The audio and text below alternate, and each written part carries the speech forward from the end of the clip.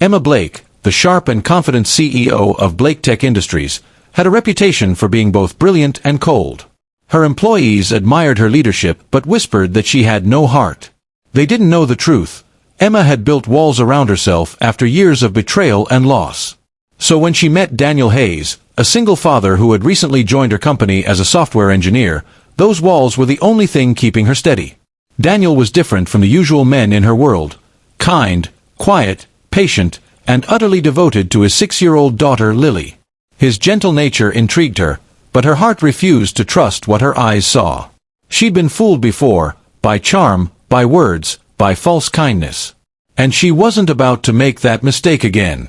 Still, she couldn't ignore how Daniel's presence brought warmth into her otherwise sterile corporate life. He often stayed late at the office, working while talking softly to Lily over video calls. Emma would walk past his desk, pretending not to listen, but she couldn't help smiling when she heard him promise his daughter bedtime stories. One evening, a sudden thunderstorm flooded the streets. Emma decided to stay at the office to wait it out. To her surprise, Daniel was still there, working quietly. He noticed her and smiled. "Looks like we're both stuck," he said. They talked for the first time beyond work, about life, struggles, and Lily.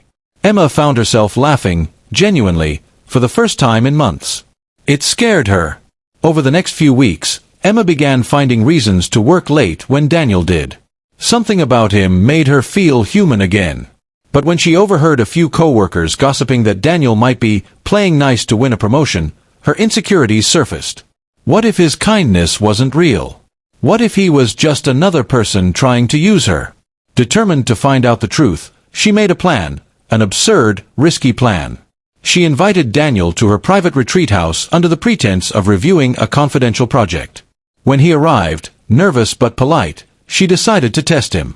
After dinner, she claimed she felt unwell and went to lie down on the couch, pretending to fall asleep. Her plan was simple: pretend to be asleep and see how he behaved when he thought she wasn't watching.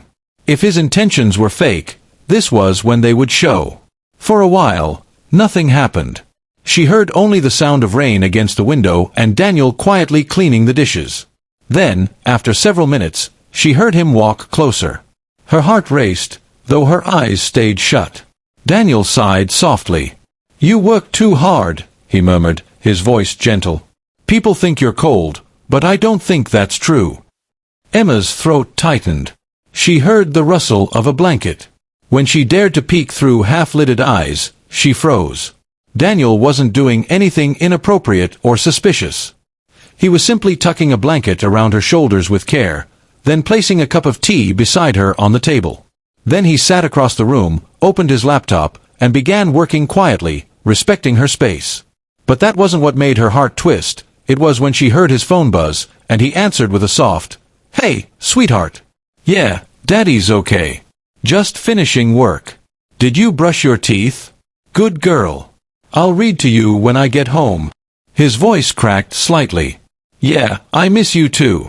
Emma couldn't hold back the tears pooling in her eyes. She had tested him, doubted him, and here he was being nothing but kind and genuine. She felt ashamed. When she finally sat up, Daniel looked startled. "You're awake." I didn't mean to. You didn't do anything wrong," she interrupted, her voice trembling. "I was the one who did." He frowned, confused. "What do you mean?" She took a deep breath. "I wasn't really asleep. I wanted to see what kind of man you were when no one was watching." Daniel blinked in surprise, then let out a small, sad smile. "And what did you find out?" Emma's eyes softened. "That you're better than most people I've met." He looked down, embarrassed. "I'm just trying to be a good example for my daughter. She deserves that." Emma felt something shift inside her. For years, she had believed kindness always came with a price, that love was a transaction waiting to collapse. But in that quiet room, watching a tired father sacrifice everything for his child, she realized not everyone wanted something from her. Some people just gave, without expecting anything in return. "You should go home," she said softly. "Your daughter's waiting." He hesitated. "Are you sure? You don't look well."